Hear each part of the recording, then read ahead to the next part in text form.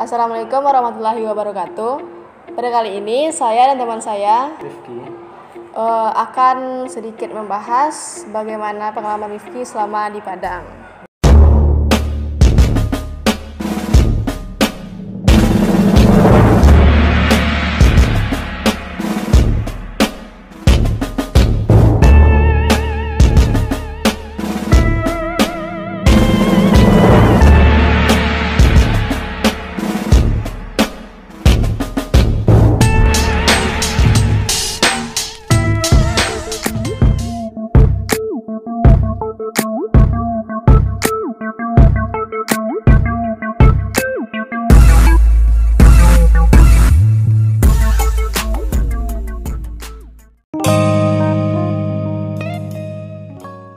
Jadi ada beberapa pertanyaan yang harus ditanyakan. Yang pertama yaitu apa alasan Rifki untuk masuk Semanten?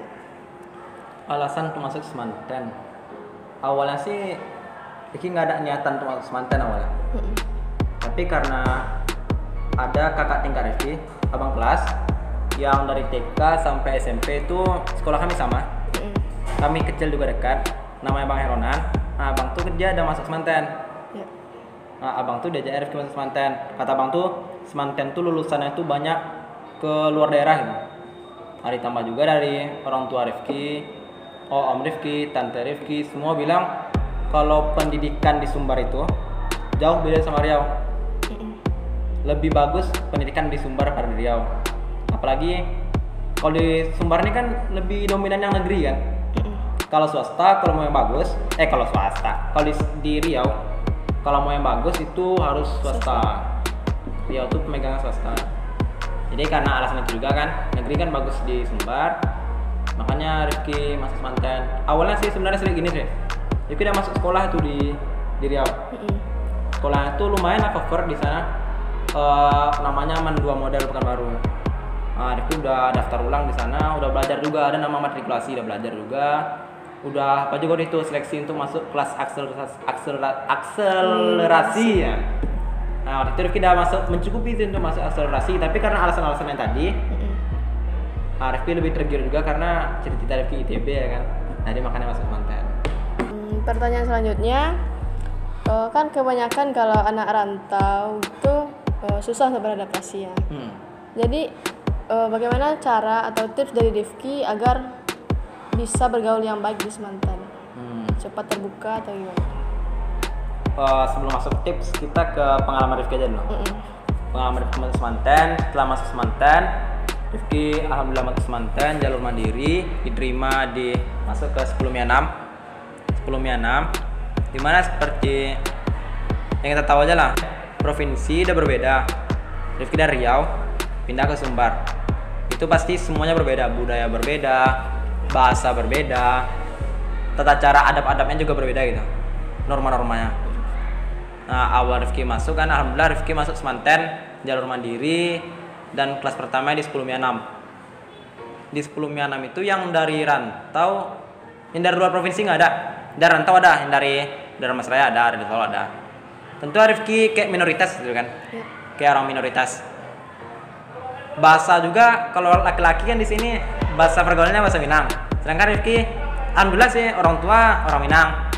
Tapi ngerti, tapi cara bicaranya aja yang lebih susah. Payah gitu kan. Kayak kita bahasa Inggris, kita kan banyak orang ini bahasa Inggris nih ngerti, tapi bicara nggak bisa gitu. Sama itu keadaan Rifki kayak gitu. Nah, jadi awalnya itu Rifki modal nekat aja. Modal nekat ngomong bahasa Minang dari apa yang Rifki dengar, padahal nggak pernah bahasa Minang, modal nekat. Dan ya awalnya diketawain deh. Tapi Rifki kalau nggak dinekatin nggak akan bisa gitu. Kalau nggak dicoba nggak akan bisa. Kan bisa karena terbiasa. Walaupun diketawain, malah dari ketawain tuh Rifki bersyukur. Jadi teman-temannya kayak lebih terbuka ke Rifki gitu. Orangnya lucu gitu, padahal bukan lucu, diketawain gitu. Nah, jadi dari sanalah Rifki bisa bergaul. Dan juga Rifki ikut organisasi juga, kayak di Rohis lah gitu. Nah, Rohis Rifki juga ketemu sama di Rohis tuh bisa bergaul sama anak lokal lain, kakak tingkat. Jadi awalnya Rifki itu masuk semanten tuh bukan dekat sama kawan kelas, lebih dekat ke kakak kelas sama orang kelas lain dari organisasi. Jadi penting juga tuh organisasi. Misalnya ada teman-teman yang nantinya misalnya mau kuliah gitu kan di luar, kayak kita minoritas, modal nekat aja lah gitu. Tapi bukan sok SKSD ya, bukan SKSD. SKSD itu jijik orang. Tapi Berani. ya berani gitu. Jangan takut kita dikira orang kampung gitu. Tunjuk aja ciri khas kita. Malah pede. Malah dari ciri khas kita itu orang senang ke kita karena kita itu orangnya berbeda gitu. Dan jangan juga masuk juga organisasi. Jangan kupu-kupu kuliah pulang itu nggak guna. Pertanyaan selanjutnya, bagaimana cara belajar yang nyaman menurut Rifki? Cara belajar yang nyaman.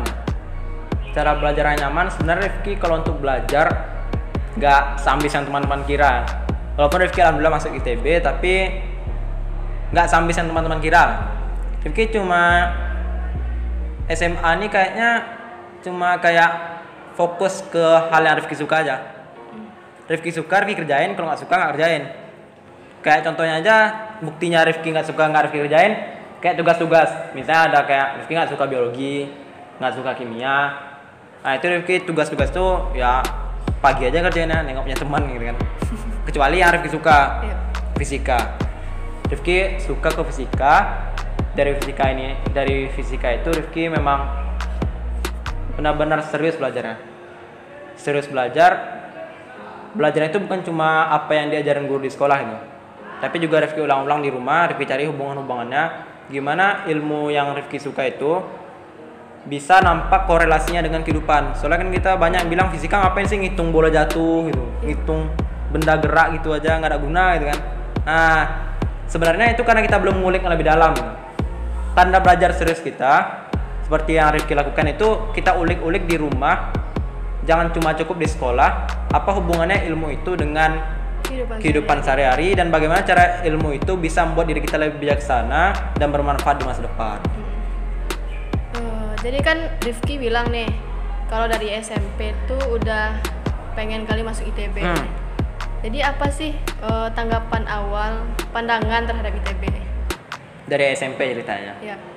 Kalau dari SMP Rifki cuma mau masuk teknik dan yang Rifki tahu teknik itu yang bagus di ITB gitu. Cuma itu motivasinya. Tapi lambat laun semakin naik tingkat udah masuk SMA, dapat pengalaman juga, cerita-cerita dari kakak tingkat yang udah di ITB juga, yang motivasi Rifki masuk semanten tadi, yang ngajak Rifki masuk semanten. Dia ceritain gimana ITB-nya itu. Rifki juga follow semua akun ITB gitu. Semakin banyak itu Rifki makin berubah pandangan terhadap ITB gitu.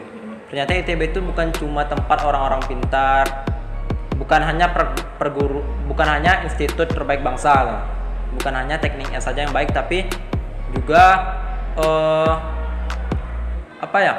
memang sih Bandung pergaulannya konotasinya negatif ya, tapi ada juga yang positif-positifnya sih. Kayak misalnya teman-teman tahu nggak Hanan Ataki yang dia buat shift pemuda hijrah itu kan dari Bandung gitu. Nah kan dari awalnya itu makanya banyak muda-muda Bandung itu yang hijrah, banyak yang antara intelektualnya dengan agamanya itu sejalur gitu. Apalagi yang paling terkenal itu Salman ITB itu. Salman ITB itu kalau udah buat kegiatan itu pasti di luar, nggak cuma anak ITB aja yang ikut. Ada nih yang barusan kegiatan kemarin nih dari Sumatera ada yang ikut, dari Kalimantan ada yang ikut, semua daerah ikut. Di Salman ITB itu juga Rifki ingin lebih tahu lebih dalam gitu. Gimana caranya di kampus yang isinya orang-orang ambis tapi agamanya juga bagus gitu. Organisasi mereka juga bagus, soalnya Salman ITB itu organisasinya bagus juga gitu. Jadi Rifki ingin belajar lebih dalam aja ke sana. Gimana caranya kita punya ilmu dunia yang baik, juga punya ilmu akhirat yang baik. Yang tidak hanya seperti yang orang-orang bilang, kalau kita ada yang prinsipnya itu cuma dunia aja, akhirat aja. Kita nggak boleh dikotak-kotakin. Harus digabungin. Harus seimbang.